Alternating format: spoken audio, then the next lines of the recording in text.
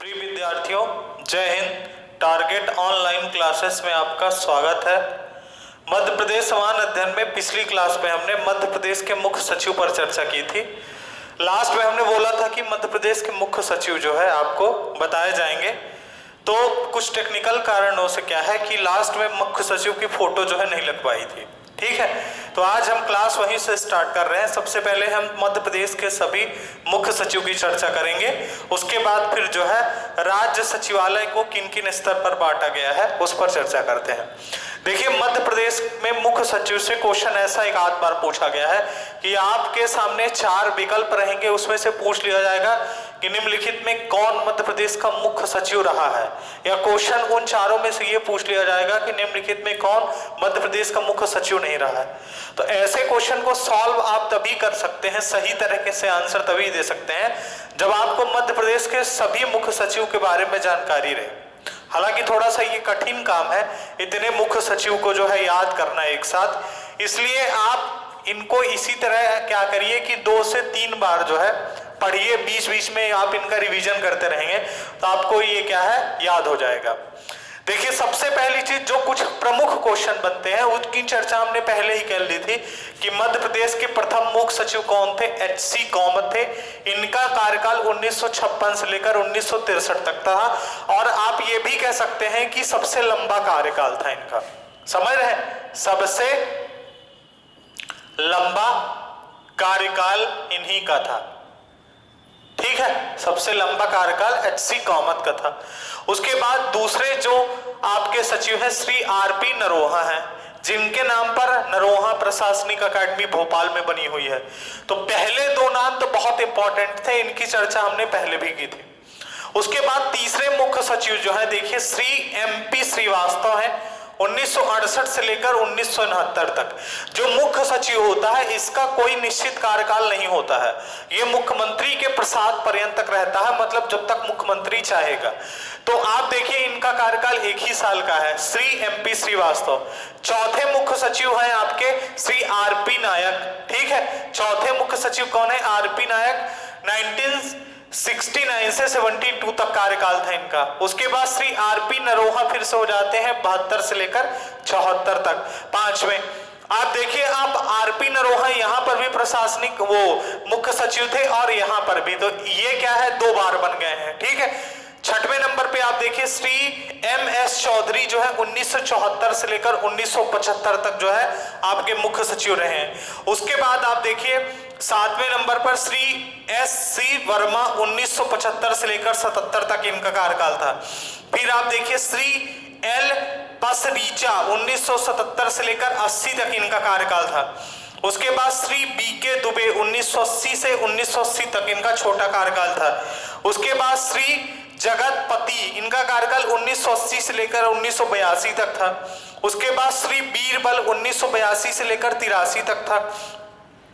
उसके बाद श्री ब्रह्मस्वरूप 1983 से लेकर इनका कार्यकाल जो है 1985 तक था।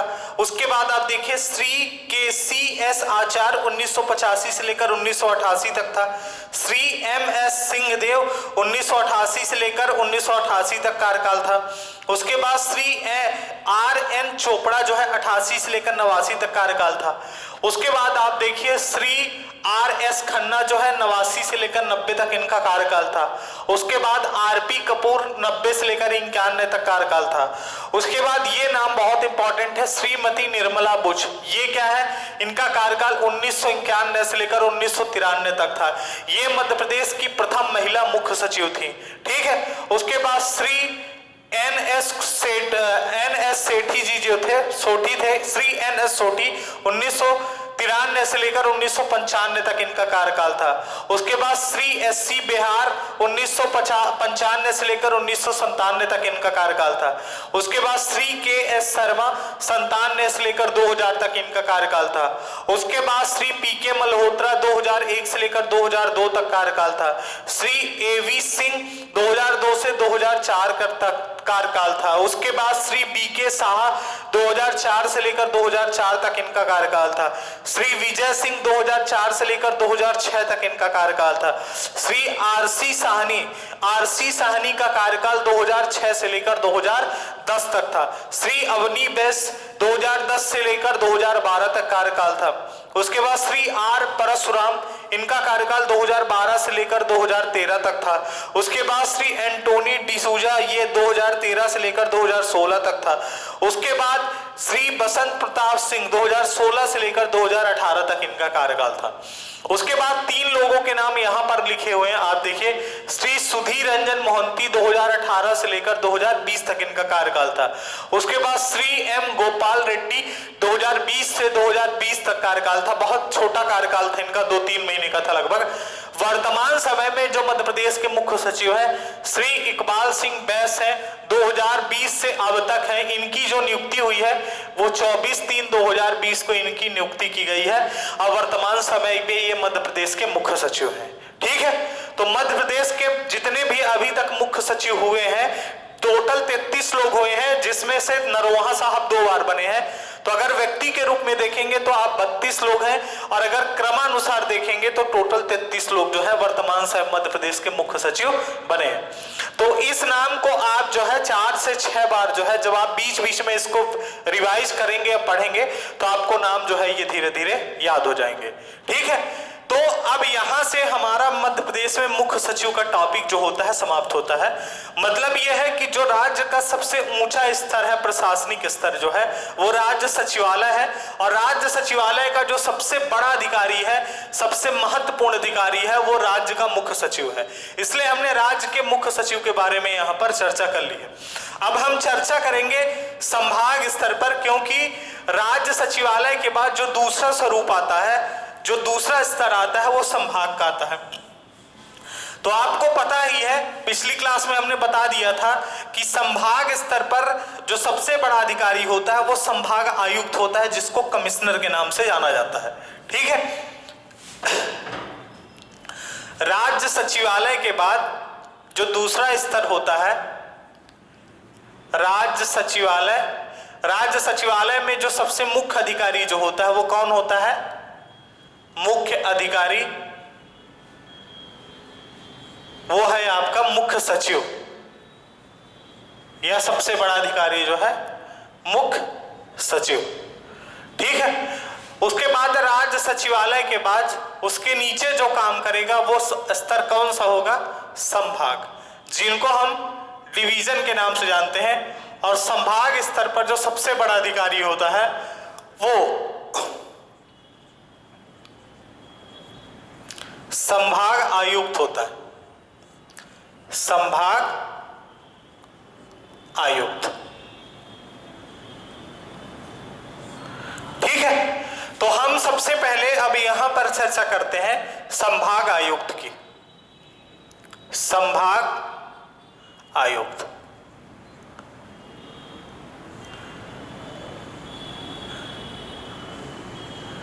ठीक है। आप देखिए यहां पर संभाग आयुक्त शब्द लिखा हुआ है।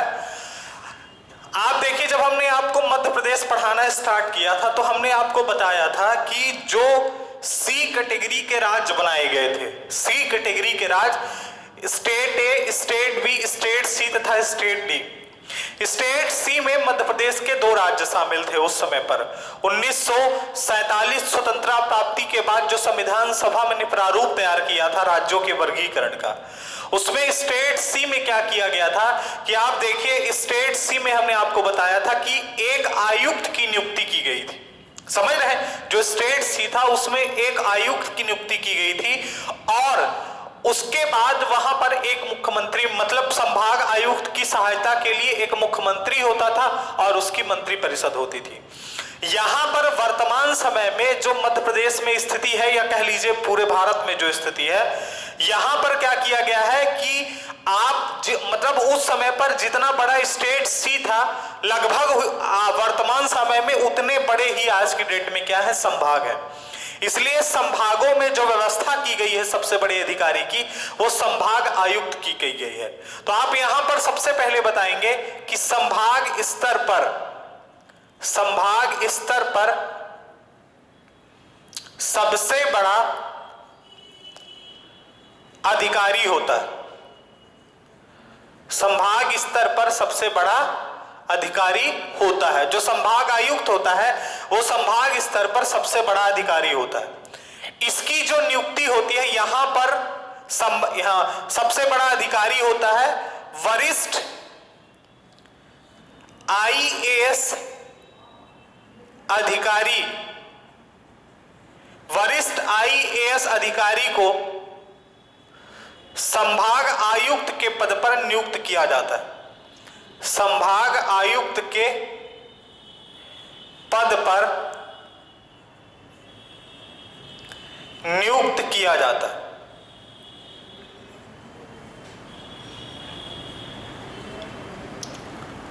ठीक है, संभाग आयुक्त के पद पर वरिष्ठ आईएएस अधिकारी को बैठाया जाता है या नियुक्त किया जाता है और इनको जो दर्जा दिया जाता है, ये बात जो है हम आपको पिछली क्लास में बताएंगे कि सचिव स्तर का इन्हें जो है दर्जा प्राप्त होता है। सचिव स्तर का इन्हें जो है दर्जा प्राप्त होता है संभाग आयुक्त।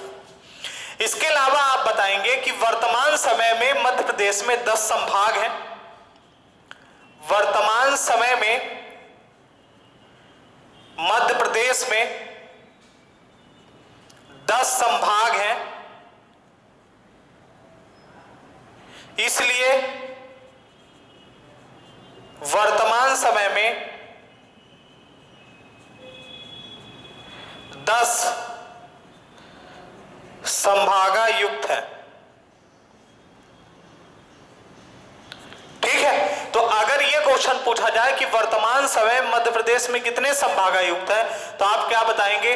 वर्तमान समय में मध्य प्रदेश में चूंकि 10 संभाग है इसलिए 10 आयुक्तों को इन संभागों पर बैठाया गया। अब संभाग आयुक्त की जिम्मेदारी क्या होती है? जैसे आप देखिए एक संभाग में लगभग 3, मतलब आप ये कह लीजिए कि एक संभाग में 8, 9, 10 लगभग इतने जिले आते हैं। किसी संभाग में 4, मतलब ये कह लीजिए 4 जिले आते हैं। किसी संभाग में आप कह लीजिए 3 जिले आते हैं। किसी संभाग में 5 जिले आते हैं, किसी में 6, किसी में 7, किसी में 8। इस प्रकार जो है स्वरूप बनाया गया है संभागों का। जैसे मध्य प्रदेश में आप देखिए कि जो आपका जबलपुर संभाग है और उज्जैन संभाग, इंदौर संभाग है, उसमें 8 जिले आते हैं। जो उज्जैन संभाग है उसमें 7 जिले आते हैं। ठीक है, सागर संभाग में 6 जिले आते हैं। भोपाल संभाग में 5 जिले आते हैं। तो इस प्रकार अलग अलग स्वरूप बनाए गए हैं। अब संभाग आयुक्त की जिम्मेदारी क्या होती है, समझ रहे हैं? संभाग आयुक्त की अगर देखा जाए कि संभाग आयुक्त की क्या क्या जिम्मेदारी होती है, तो उसमें आप बताएंगे सबसे प्रमुख जिम्मेदारी जो है कि पूरे, आप यहां पर बताएं, पूरे प्रदेश में शांति पूरे संभाग में शांति, कानून व्यवस्था, पूरे प्रदेश में शांति, कानून व्यवस्था, राजस्व व्यवस्था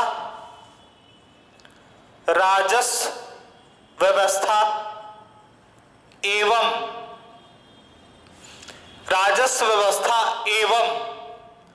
अन्य मामलों के लिए, अन्य सभी मामलों के लिए एवं अन्य सभी मामलों के लिए जवाबदेह होता है।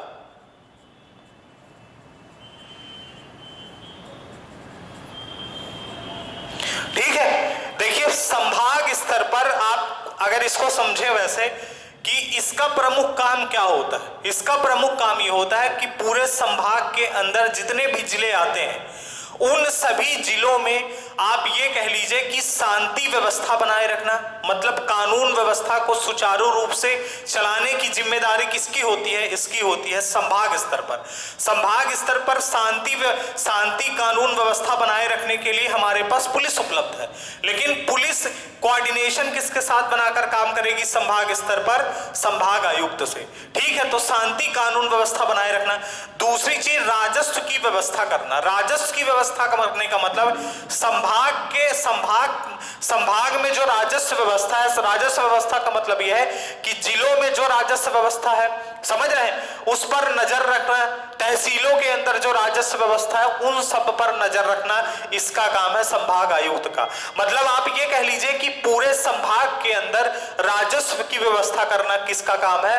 वो है आपका संभाग का आयुक्त। उसके अलावा यहां पर लिखे हुए हैं कि अन्य सभी मामलों में, अन्य सभी मामलों का मतलब ये होता है कि ऐसे काम जो संभाग के अंदर किए जा रहे हैं, चाहे वो विकास के सारे कार्य हो, मतलब विकास के सारे कार्य हो, या स्वास्थ्य से संबंधित सारे कार्य हो, या चिकित्सा से संबंधित सारे कार्य हो, जो भी कार्य संभाग स्तर पर किए जाएंगे उन सब पर ऊपर से निगरानी बना के रखना किसका काम है? संभाग आयुक्त का काम है। समझ रहे हैं? एक संभाग आयुक्त के पास 4 जिले, 5 जिले, 6 जिले, 7 जिलों की जिम्मेदारी होती है। जिस संभाग में जिस प्रकार जिले होते हैं, तो उस पूरे संभाग के अंदर जितने भी विकास के कार्य होते हैं उन सब पर नजर संभाग आयुक्त बना के रखता है कि कहीं पर किसी भी प्रकार से भ्रष्टाचार ना हो।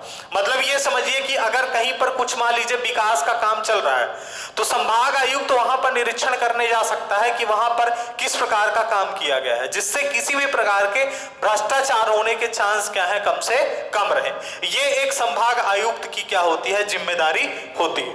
ठीक है, इसके अलावा आप बताएंगे कि संभाग में आने वाले समस्त जिलाधीश, दूसरा इसका जो प्रमुख काम है, संभाग में आने वाले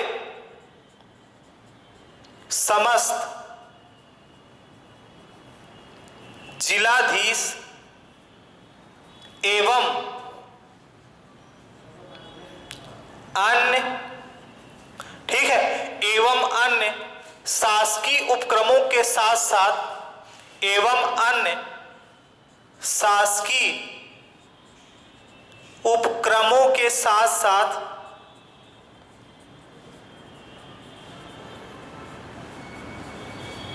अन्य शासकीय उपक्रमों के साथ साथ विकास कार्यों की देखभाल करना भी, विकास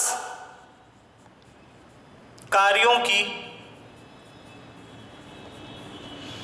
देखभाल करना भी इसका प्रमुख कार्य। ठीक है, मतलब यह है कि संभाग के अंदर जितने भी जिलाधीश या कलेक्टर आते हैं उन पर भी ये ऊपर से निगरानी बना के रखता है, एवं अन्य शासकीय उपक्रमों के साथ साथ, मतलब ऐसे सभी डिपार्टमेंट, शासकीय डिपार्टमेंट जो संभाग स्तर पर आते हैं, समझ रहे हैं, कि साथ साथ जो विकास के काम होते हैं उन सब पर भी ये नजर बना के रखता है। तो ये जिम्मेदारी किसकी है? ये संभाग आयुक्त की है। संभाग स्तर पर इसको पूरी तरह से शांति कानून व्यवस्था बना के रखना पड़ता है, समझ रहे हैं, राजस्व की व्यवस्था करना पड़ता है, और जितने भी विकास के काम होते हैं, चाहे वो पंचायत विभाग करे, चाहे वो आपका स्वास्थ्य विभाग करे, चाहे जो भी विभाग करे, वहां पर देखने के लिए, निरीक्षण करने के लिए संभाग आयुक्त जा सकता है। ठीक है, तो ये एक महत्वपूर्ण पद है संभाग स्तर पर संभाग आयुक्त।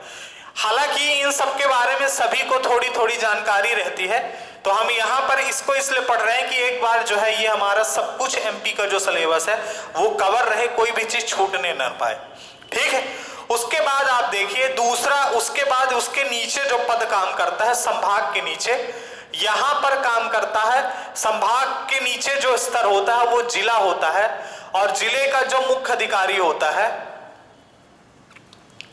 वो आपका कौन होता है? जिलाधीश या कलेक्टर, जिलाधीश या कलेक्टर, या ठीक है ना, फिर इसके अलग अलग नाम भी हैं, जिस प्रकार ये काम करता है उस प्रकार इसके नाम को अलग अलग से डिफाइन किया गया है। तो वर्तमान समय में मध्य प्रदेश में कितने जिले हैं? अगर बात किया जाए तो वर्तमान समय में मध्य प्रदेश में कितने जिले हैं? 52 जिले हैं। तो प्रत्येक जिले में एक जिलाधीश बैठेगा या कलेक्टर बैठेगा हर जिले में। तो अगर क्वेश्चन ये आया कि वर्तमान समय में मध्य प्रदेश में कुल कितने कलेक्टर हैं, तो आप आंसर क्या बताएंगे कि 52 कलेक्टर है, क्योंकि 52 जिले हैं। जो 52वां जिला बनाया गया है वो निवाड़ी बनाया गया है अक्टूबर 2018 में, ठीक है ना, टीकमगढ़ से अलग करके बनाया गया है। तो जिलों की संख्या कितनी है वर्तमान समय में? 52 है। अब यहां पर आप देखिए जिले का जो सबसे बड़ा अधिकारी है जिलाधीश या कलेक्टर है, तो हम यहां पर जिलाधीश या आप लिखे इसको जिलाधीश, ठीक है, जिलाधीश या कलेक्टर जो है दोनों एक ही नाम है। अब यहां पर आप देखिए कि जिले का जो सबसे बड़ा अधिकारी है वो जिलाधीश है, ठीक है। तो आप यहां पर बताएंगे सबसे पहला पॉइंट, जिले का सर्वोच्च अधिकारी, जिले का सर्वोच्च अधिकारी है। और दूसरी चीज यहां पर भारतीय प्रशासनिक सेवा, इसकी नियुक्ति कैसे की जाती है? भारतीय प्रशासनिक सेवा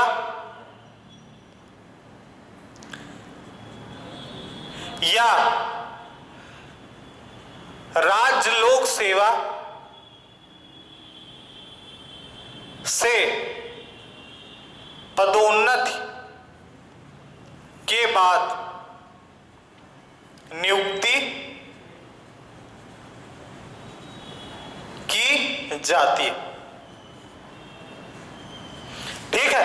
मतलब भारतीय प्रशासनिक सेवा या आईएएस अधिकारी की नियुक्ति की जाती है जिलाधीश के रूप में, या आप कहेंगे कि जो राज्य लोक सेवा आयोग, राज्य लोक सेवा जो होती है उसमें लोग प्रमोशन के बाद क्या होता है, जैसे मान लीजिए किसी ने एमपीपीएससी में एसडीएम की पोस्ट पाई, तो जब एसडीएम का प्रमोशन होता है तो वो डीएम बनता है या डिस्ट्रिक्ट मजिस्ट्रेट उसी को कहते हैं, ठीक है ना, या उसी को जिलाधीश, उसका नाम क्या है, जिलाधीश भी है कलेक्टर भी है, तो उसके अलग अलग नाम दिए गए हैं, समझ रहे हैं। जैसे क्या होता है कि जो जिलाधीश होता है, जिलाधीश को कलेक्टर कब बोला जाता है? जब वह जिले के अंदर राजस्व संग्रहक के रूप में काम करता है, राजस्व कलेक्शन के रूप में काम करता है, तब उसे क्या कहा जाता है? जिलाधीश या कलेक्टर कहा जाता है। जब वह जिले के अंदर कानून व्यवस्था के रूप में काम करता है, शांति कानून व्यवस्था बनाए रखने की जिम्मेदारी जिले के अंदर किसकी होती है? वो जिला दंडाधिकारी की होती है, या आप कह लीजिए उसी को डिस्ट्रिक्ट मजिस्ट्रेट कहते हैं, ठीक है। तो उसे डिस्ट्रिक्ट मजिस्ट्रेट कब कहा जाता है? जब वह जिले के अंदर कानून व्यवस्था, शांति व्यवस्था बनाए रखने का काम करता है, हालांकि उसके वहां पर पुलिस का सहयोग मिलता है, तब जाकर वह जो है कानून व्यवस्था बनाकर रखता है, मतलब पुलिस अधीक्षक का वहां पर सहयोग मिलता है डीएम को, ठीक है ना, डिस्ट्रिक्ट मजिस्ट्रेट को। तो इसके अलग अलग नाम जो है, इसीलिए जो है जब वह अलग अलग काम करता है तो उसको अलग अलग नाम दिया गया है। अगर क्वेश्चन एक यहां से बहुत अच्छा ये पूछा जा सकता है कि भारत में पहली बार जिलाधीश या उस समय पर जो पद आया था भारतीय प्रशासनिक सेवा, सॉरी आप ये बता सकते हैं कि भारत में पहली बार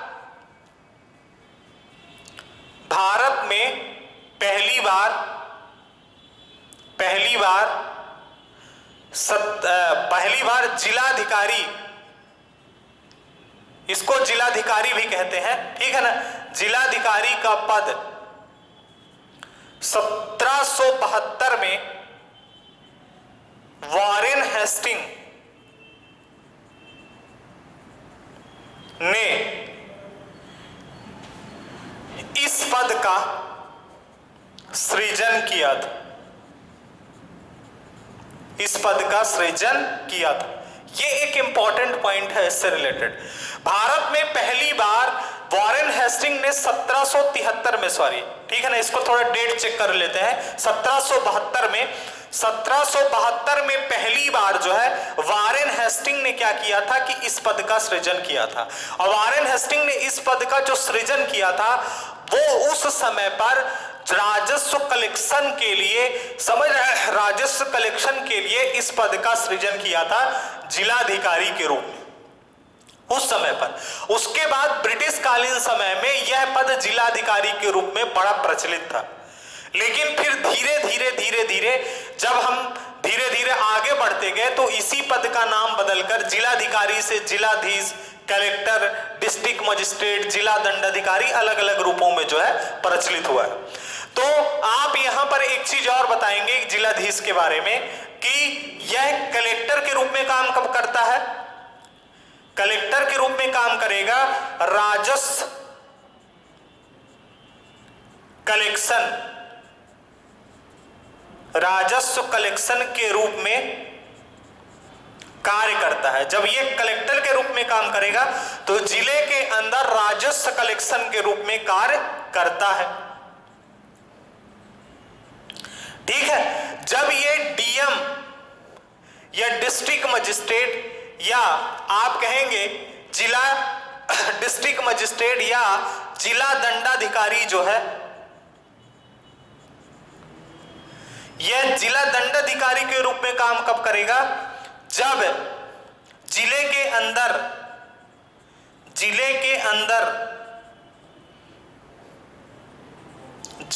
अंदर पुलिस अधीक्षक की सहायता से या पुलिस अधीक्षक के साथ मिलकर शांति कानून व्यवस्था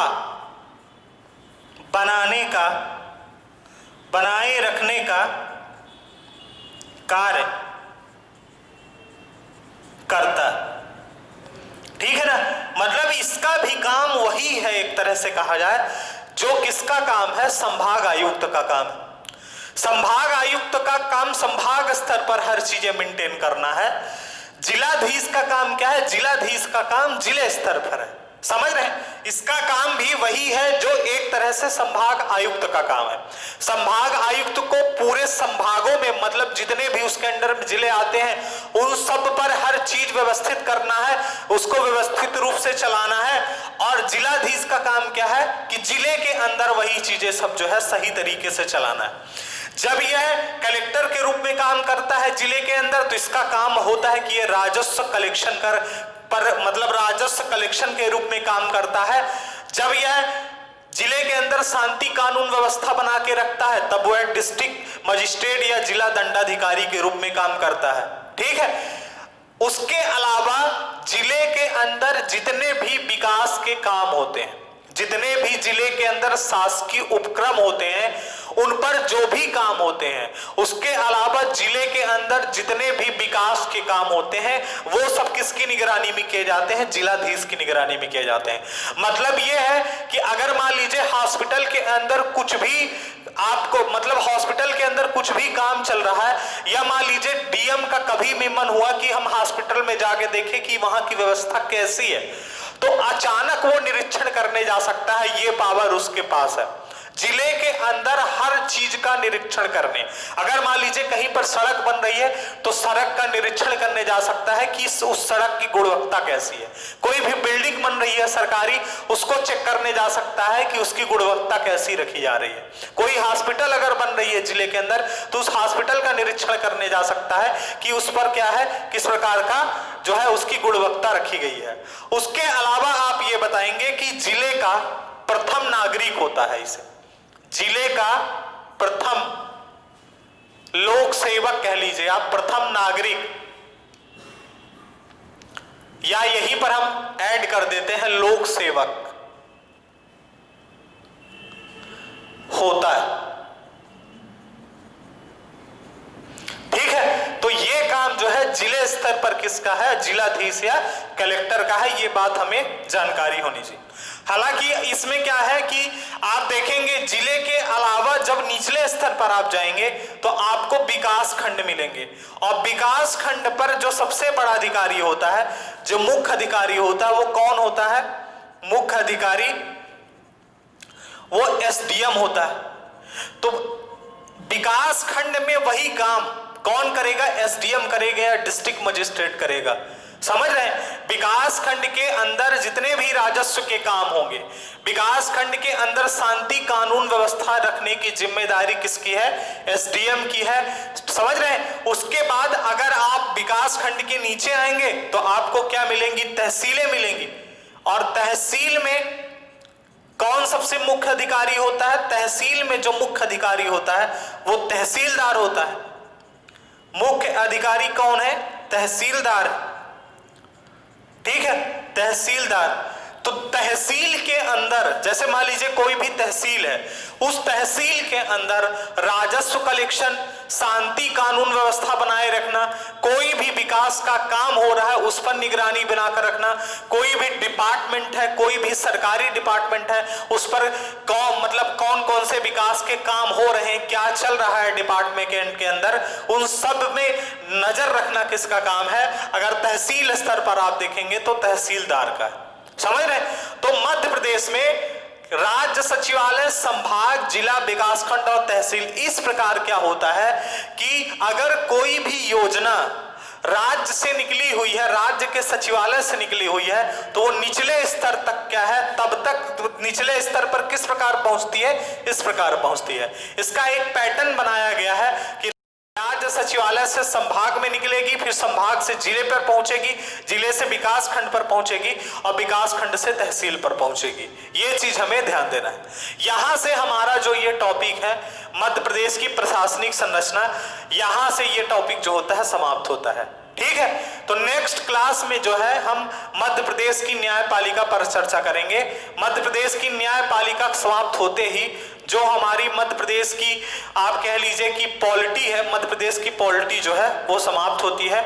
उसके अलावा फिर उसके बाद जो है फिर हम मध्य प्रदेश में पंचायती राज व्यवस्था पर चर्चा करेंगे और मध्य प्रदेश में जो प्रमुख आयोग बनाए गए हैं उन सब पर चर्चा करेंगे।